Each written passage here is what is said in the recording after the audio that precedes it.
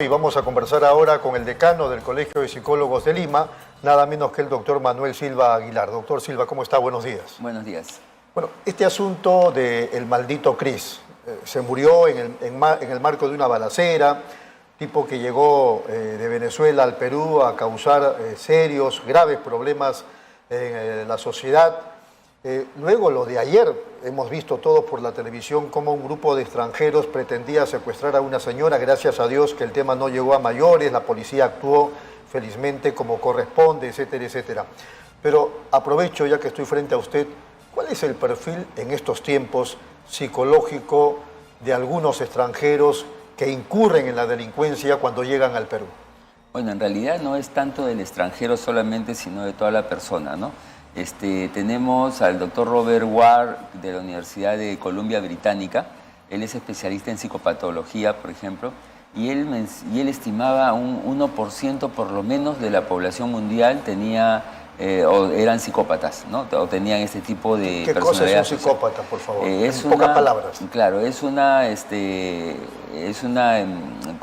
trastorno antisocial de la conducta, de la personalidad.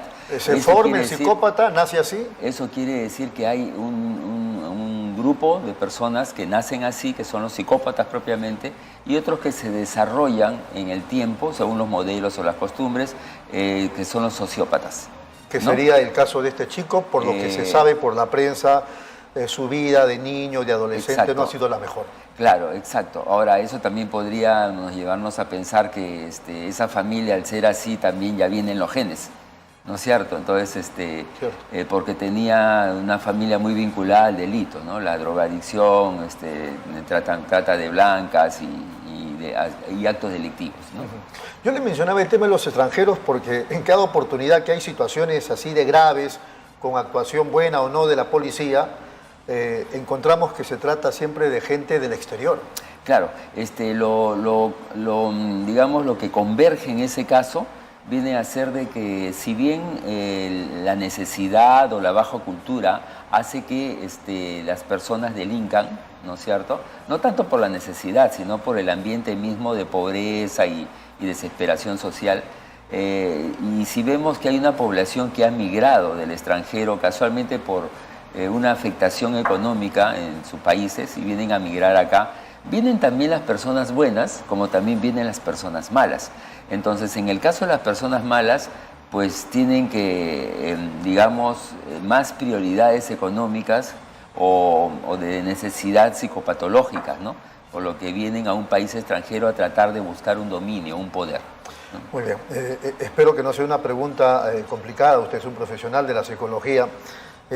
El perfil de los, ya estoy hablando ya de los peruanos, claro. El perfil de los jóvenes de los 70 y 80, por supuesto no es el perfil de los jóvenes del 2023, pero digamos, ¿qué diferencias habrían entre unos y otros en las actuales circunstancias? Bueno, ahí la diferencia que yo podría hallar está la impulsividad, el cortoplacismo, ¿no? Si bien antes uno, no sé si habrá visto fotos en internet, uno esperaba su larga cola para el teléfono público. Y en la larga cola uno conversaba entre las personas que estaban ahí o no conversaba ese día o sino otro de repente, ¿no? Y uno tenía que esperar. Yo tenía una duda, tenía que esperar a ir a la biblioteca y esperar a buscar en mi cajero, mi cajón, perdón, de fichas hasta encontrar el libro que yo necesitaba. Si yo quería ver un programa, una serie de televisión, tenía que esperar hasta el día que lo daban, a la hora que lo daban. Y cuando habían comerciales, tenía que esperar el comercial. Entonces, todo eso nos iba educando a nosotros en la tolerancia con el tiempo, con las cosas. Bien, la juventud de hoy día, y no hablamos solamente de la juventud, muchos adultos también son muy cortoplacistas, ¿no? Son inmediatistas, porque todo lo tenemos en el celular. Nos hemos vuelto impacientes y queremos todo rápido. Todo lo tenemos ahí. Y si vemos una serie de televisión, por ejemplo en YouTube, y vemos de que hay comerciales, los saltamos, ¿no es cierto? Porque obviamente a nadie le gusta estar viendo muchos comerciales cuando está interesado en la serie. Pero inconscientemente estamos perfeccionando el hábito de la impaciencia, ¿no? Entonces la juventud de esta época, si usted me lo dice, lejos de las psicopatologías, es muy impaciente, ¿no? Y tanto en adultos como en niños, todas las familias enteras. Y esto es lo riesgoso de esta época. Entonces, de aquí, si vamos a proyectar a futuro, de qué tanto una persona puede manejar su frustración si está acostumbrado a no tenerla, ¿no? Entonces, esta parte sí se hace riesgoso y va a recaer tanto en el Estado como en las escuelas, como en las familias. Lo que usted nos señala, ¿acaso tiene como consecuencia la depresión que preocupa al mundo y particularmente aquí a los peruanos? Bueno, eso, digamos... ¿O no tiene nada que ver? No, es que esos son condimentos, ¿no? La preparación ya está hecha y vienen los condimentos además. Tenemos la pandemia, tenemos la crisis en Europa, según sean las realidades, cómo les afecta. Tenemos la crisis política en nuestro país, tenemos la delincuencia, producto de la migración por los problemas económicos de otro país, ¿no? Entonces, de alguna manera, todos son condicionantes para que en esta situación, más aún la gente, no, ya no quiero saber, todo es violencia, mejor no veo, noticieros, mejor no me entero de nada más. Se aíslan, se ponen hacia aquel estímulo, aquel producto que les da un estímulo rápido y efectivo. No, es decir, si yo puedo estar tranquilo con una pastilla, si le aumento la dosis estoy más tranquilo, pero estoy mal acostumbrando a mi cuerpo, ¿no? Es como decir una droga que me sobreestimula y me hace pasar por encima de una realidad que no tolero. Entonces ese es el problema, las personas están saliendo intolerantes. Claro. Y más aún viviendo una época donde las generaciones se ofenden de todo, ¿no? Uno no puede decir una palabra que ya sale un grupo ofendido, que por qué dijo eso. Nosotros teníamos a esta actriz, Jenna Ortega, el personaje de la serie ¿cómo se llama? Se me fue el nombrecito, Merlina, ¿no? Que ella estaba, incluso salió llorando en una entrevista porque decía, a mí me da mucha pena que no puedo ser como soy, porque cualquier cosa que yo diga le afecta a otro, y no porque le afecte, sino porque ese otro se siente ofendido y me ataca, ¿no? Entonces, nuestra sociedad está así, ya casi no se puede hablar de muchas cosas porque hay alguien que le molesta, entonces nos volvemos irritables también. Sí. ¿No? Y todo eso va, como decía hace un rato, condimentando una olla a presión que somos cada uno de nosotros, ¿no? Entonces ahí encontramos muchos problemas de salud mental en las personas actualmente. En la época del terrorismo la gente solía decir que en las calles cuando salía veía que la gente caminaba pero con cierta tensión, con preocupación, porque en cualquier momento un coche bomba, etcétera, etcétera. Exacto. Bueno, el terrorismo quedó atrás. Parece ser que la situación ya emocionalmente se calmó. Pero ahora estamos regresando sin terrorismo al tema, digamos, de la preocupación, de la tensión, del estrés, incluso de problemas depresivos. Claro, para muchos barrios, por ejemplo, la delincuencia viene a ser un tipo de terrorismo, ¿no? Porque uno vive aterrorizado, desde su ventana escucha un crimen, por ahí mira la ventana y ve cómo matan a una persona, cómo la acuchillan, cómo le roban, y uno no puede hacer nada.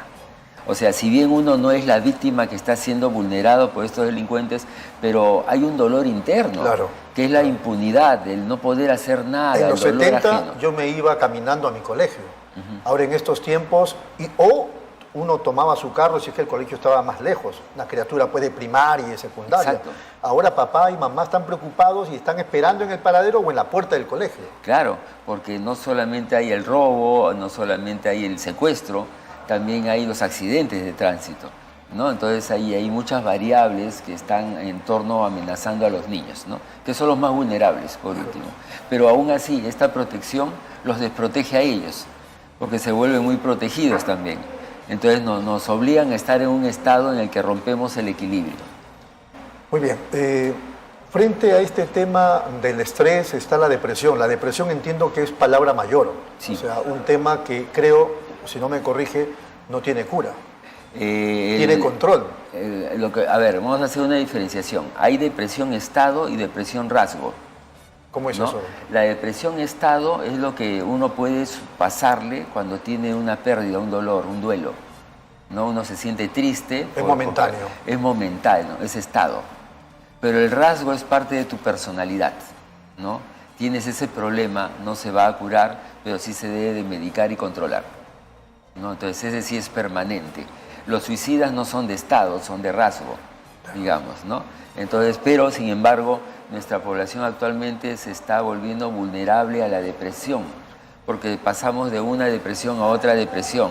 El estrés no lo podemos parar, no tenemos la voluntad de hacerlo y de repente los medios o los recursos, entonces pasamos de un estrés a otro estrés y a otro estrés y termina deprimiéndonos completamente. Por eso el mundo se ha preocupado mucho, sobre todo en los países desarrollados, de abrir, aperturar áreas de psicología en sus instituciones públicas, privadas, en los colegios, las universidades. Aquí estamos en la época de la carreta. Sí, está habiendo casos atendidos. Y el 2021 teníamos 1.300.000 casos atendidos, el 2022 1.600.000 y en los 3 primeros meses de este año ya vamos en 434.000. Vamos en creciendo. Sin embargo, nuestra atención en salud no crece, ¿no? Entonces, la atención de salud mental en todos los medios, como puede ser la atención clínica, como pueden ser los programas televisivos, como pueden ser los programas educativos en las escuelas, no están teniendo o no están sabiendo hacerle frente a este fenómeno que va creciendo, ¿no? ¿No se da cuenta el gobierno o las autoridades en general del grave problema emocional que están teniendo los chicos sobre todo? A mí me parece que sí se dan cuenta, pero tienen otras prioridades. Así, ¿no? saben, pero tienen otras prioridades. Claro, porque los números están allí. Los números no se han borrado, no es que yo no los haya visto, no creo que el Estado no vea esa cifra que acabo de mencionar. Es más, el mismo Estado lo publica. ¿El argumento no podría ser que no hay dinero? Pero sí hay dinero para otras cosas, ¿no? Por ejemplo, para corrupción, por ejemplo, para consultorías en exceso. Yo tengo entendido que hay consultorías que no se usan, se producen y no se usan. Entonces son consultorías en exceso, claro. Y se pagan miles en esos temas, ¿no? Entonces recursos sí hay, como suele suceder en las municipalidades, por ejemplo. Tienen una gran partida en recursos, pero sin embargo cuando se conectan con nuestro colegio, por ejemplo, para pedir un apoyo, para trabajar en un colegio, dicen ad honorem. Entonces el dinero se queda en la parte de arriba, pero hacia abajo ya no hay. Así es. O sea, tú trabajas gratis para nosotros hagamos una buena gestión.